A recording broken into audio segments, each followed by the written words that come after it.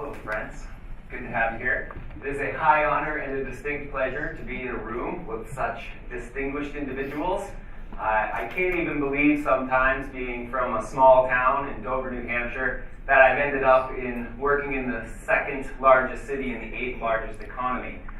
It's been a wild ride, and it starts when I was about 15 years old. I had the hots for Charlotte Dudley.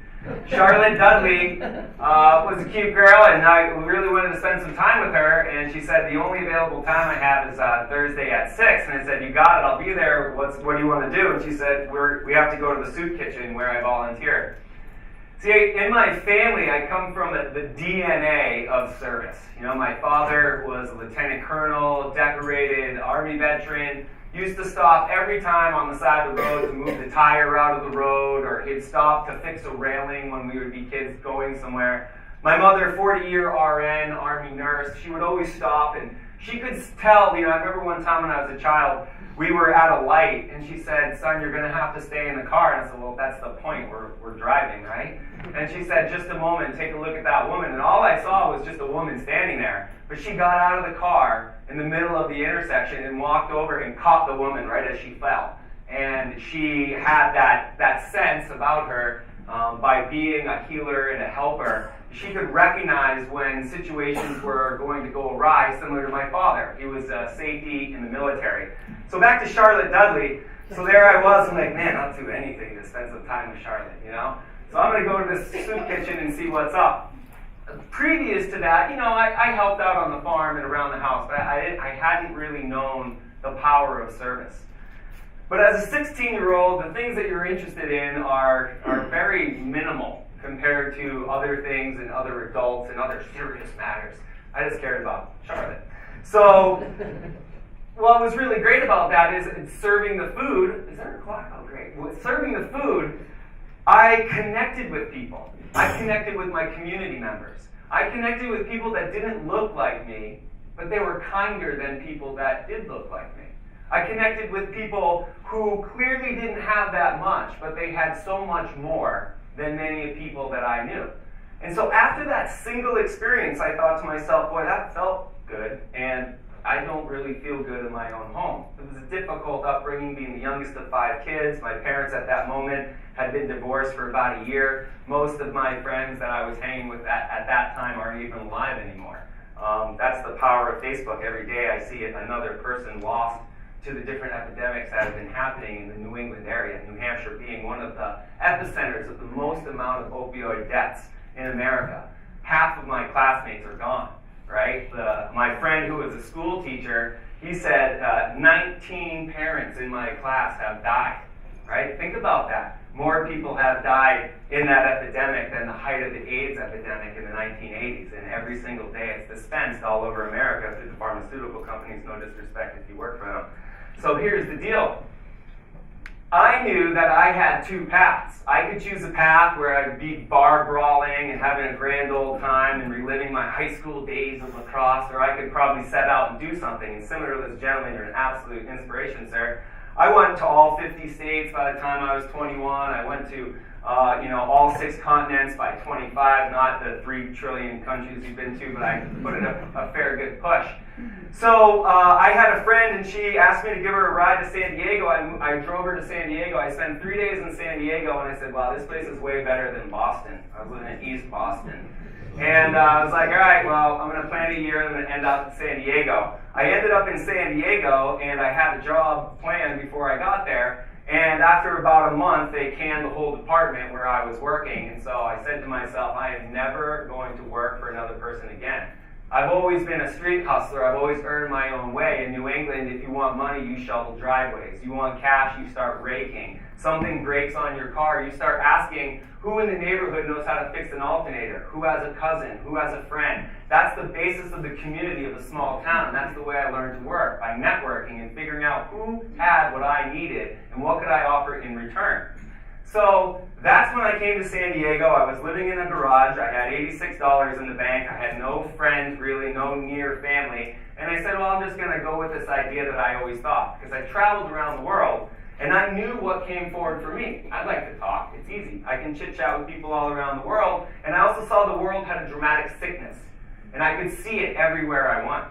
So when I came back to San Diego, I said, I'm going to start Positive Adventures, and we're going to help people, and we're going to do good work, and I'm going to make a lot of money doing it. And everyone told me I was crazy and that I would fail, and all businesses fail, but that's okay. I like those kind of challenges. I'm now currently a board member for the EO chapter, and I train CEOs all over the world, which is kind of cool, because really, I just like the music of the Grateful Dead and traveled a lot, but now I get to be in a room full of sage executives, which is a high honor and distinct pleasure. So, about what is corporate social responsibility? In short, it is giving or caring for your community and taking responsibility and accountability for your own personal actions within your organization. You can cut corners and dump toxic waste in the environment, or you can step up and come up with a solution to the environmental degradations that your organization is making. See, here's the thing. In this room, every one of you understands KPIs, metrics, success, bottom line. You're problem solvers. The world is waiting for you all to unite because the governments aren't doing it. See, business transcends boundaries, and you get the opportunity to transcend those boundaries as well, and those borders, and everything else. Because you know, if it doesn't work, it doesn't make dollars, so it doesn't make sense. And so this is why I'm here to talk to you about the multiple billions that are on the table with organizations that actually take social responsibility as a serious component of their business, just as they would HR, IT, or anything else. So CSR can encompass this great amount of variety of subjects. Environmentally speaking, are you getting your things from a sweatshop that are using 7-year-olds that are getting caught up in machinery and being maimed? Or are you being socially responsible in the way that you are dealing with the environment and the people that you're working with? Another thing that you can think about is how many hours does your organization give back? How many hours do you encourage your employees to set up, different ways that they can be involved in charities? There are billions of dollars that are donated each year, but that's simply not enough in comparison. Ethical labor practices is similar to what I was just talking about, but that's making sure that you're not driving your workers to the bone. One of my first mentors said, have a job and be a good leader, but don't ever kill your employees. Because he did, he had employees that weren't able to survive some of the work that he was doing. It can be something as simple as, all right, I'm going to pay everybody 2 hours for the year to go out and volunteer, just write a little one-page docket about it, and we'll put it in the newsletter. That's something so incredibly simple, but if you have 1,000 employees and you give them 2 hours, that starts to become impact. Each and every one of you didn't get here alone. Someone helped you. Was it the coach? Was it the parent? Was it that random guy that gave you that book that disappeared a second later and the book changed your life? See, that's the thing. Corporate social responsibility is about doing what people did for you. Except now you're at a level where you have momentum, you have money, you have systems, you have people, you have an army that can do good for the community, which is going to directly translate to your wallet. The only reason why I'm here is to talk about how to make you more money. I'm all about that because, right, more money, more freedom, more power, beautiful stuff. Cause-based marketing, take a look, $700 million, now $2.6 billion. In 17 years. That's a huge jump. It's a huge spike. And we're seeing more and more and more of it. Tom's shoes, right? You buy a pair of shoes, somebody gets a pair of shoes. If you have a company service A and company service B, and they're the exact same company and the exact same service, but this company offers 30 days of volunteering, or it offers 1% to give back, or is a B Corp, the consumer is going to choose that in a very high percentage. And at the end of this, I've got all sorts of statistical data and analysis that you want to get in there with your little Excel spreadsheet. I'll be there to support you. So this is investing, and you can see that there's, a lot of different strategies that go into investing, but more and more people are investing in socially conscious activities. Do you want to invest in, say, and again, no disrespect, some sort of mining company that destroys the fish in the river and kills off all of the families down below, or a chemical company that gives everybody cancer? Or do you want to invest in something where the happy cows are singing and the food is made from the tears of dolphins? So there's an option there. So there's a huge shift in the role of business in society, and people are voting with their dollars. You know, they want to spend money on something that feels good, that feels right. You know, when Nike had all of those issues with sweat labor, sweatshops and things like that, or, people dying at SeaWorld, whatever it may be, you can start to see a trend to a higher level of consciousness and vibration in the general community, especially with millennials, and they're going to dominate the workforce here pretty soon. And if you want to know how to get to the millennials, get some service on the plate, because they know intuitively that feels good and right. We all want to feel good and right. When we're in a relationship and the person's always cutting us down, we say to ourselves, that doesn't feel good, that doesn't feel right to me. But at the same time, when you're around your friends and people are on their phone and you're having a rich conversation over wine and dinner, those are the moments which feel really good. And you get the privilege to have that any day you want. You are a privileged class. So what do we do with that knowledge? More boats, more homes? So the thing is, you have all of these other options on the table. B Corps, for example, they're doing a lot in the community, and that's kind of like the triple bottom line. People, planet, and profit. We all like profit, but at the expense of the ecology, at the expense of our newborn children, we have to be considerate of that, because it's going to affect, if it has not already, you. If I was giving this talk in Boston and say, raise your hand if you know someone that has died from an opiate, every single hand would go up. If I said, raise your hand if you know someone who's died from cancer, probably every single hand would go up as well. These things are real, they're ubiquitous, and they are affecting everybody, but just because our side of the boat is a little bit higher, the rest of the world is bailing water for us. So B corporations have super high standards, and a great example of that would be Patagonia. Patagonia is a company that was kind of born from nature, born from those environments, and they decided to do a Black Friday sale where they typically do $1 million. And they said, we're going to donate everything to small nonprofits on a Black Friday sale.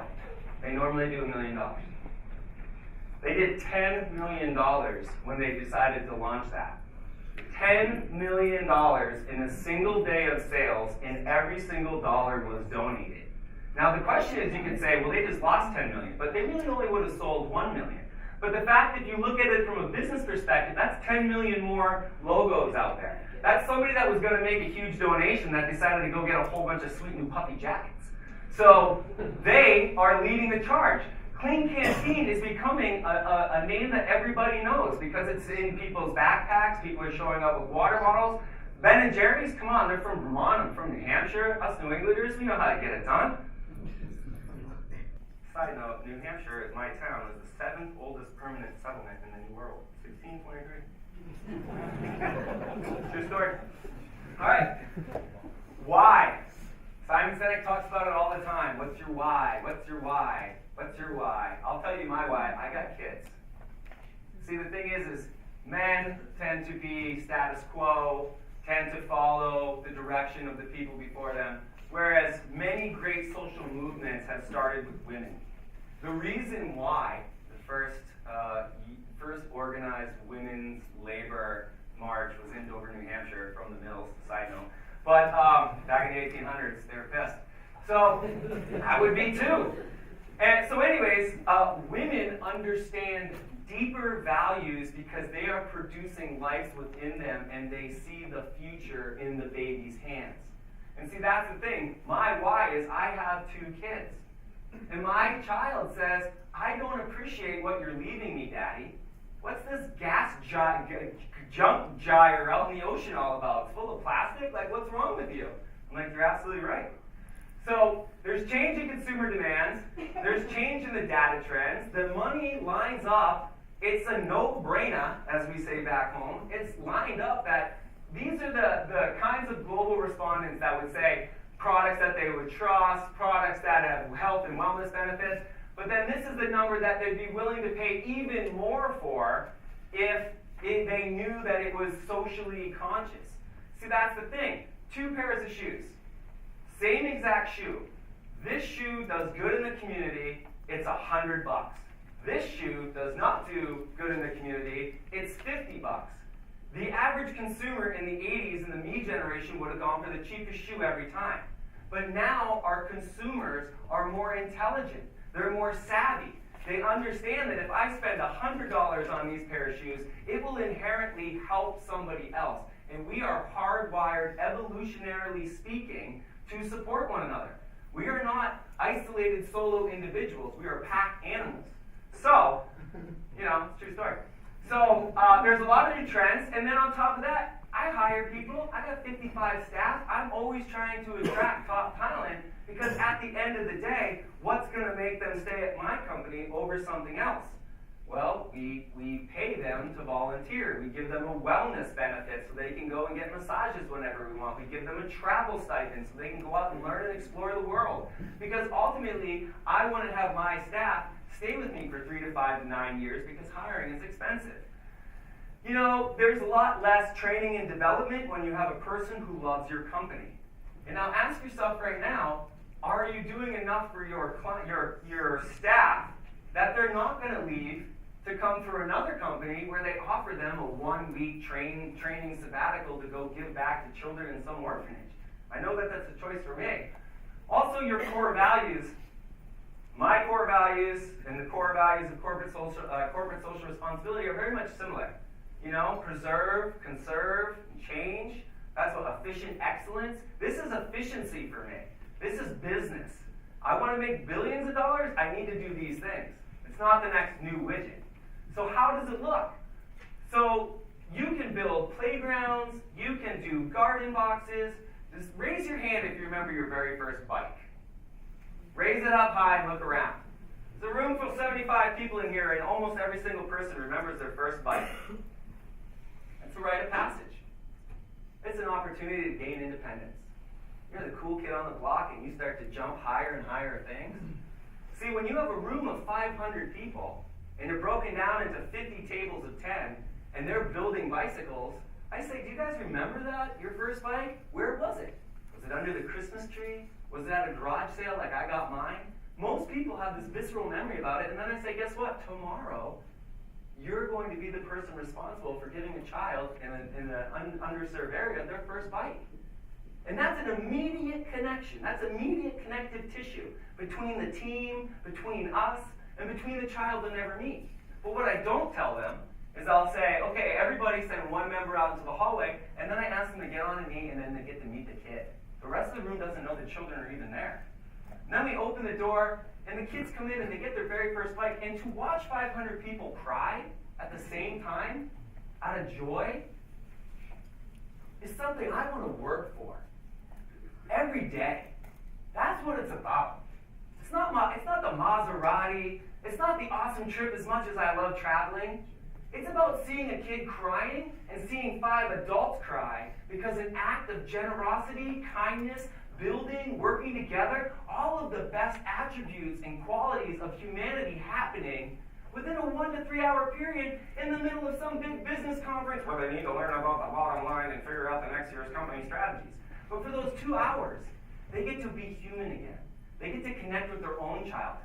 That's why CSR, feels good, looks good, is good, do good, be good, you ought to maybe consider doing more of it. Community beautification, we paint murals at children's centers. You can paint murals at children's centers too. You can paint a mural at an area where your employees will drive by every single day and say, look at that, son, I painted that. We planted the tree in 3rd grade at Garrison School. I drive by, every single time I visit my mom, I drive by the school and I show my daughter, I planted that tree in 3rd grade. It's huge, it's massive. It's like the size of a Macy's Christmas tree. I remember packing the dirt in. In Africa, I remember planting avocado trees so that, folks would be able to have that fruit. And someday I always imagined that somebody had their first kiss under that tree. Some kid broke his arm falling out of that tree. And there's been a whole lot of guac going down since then.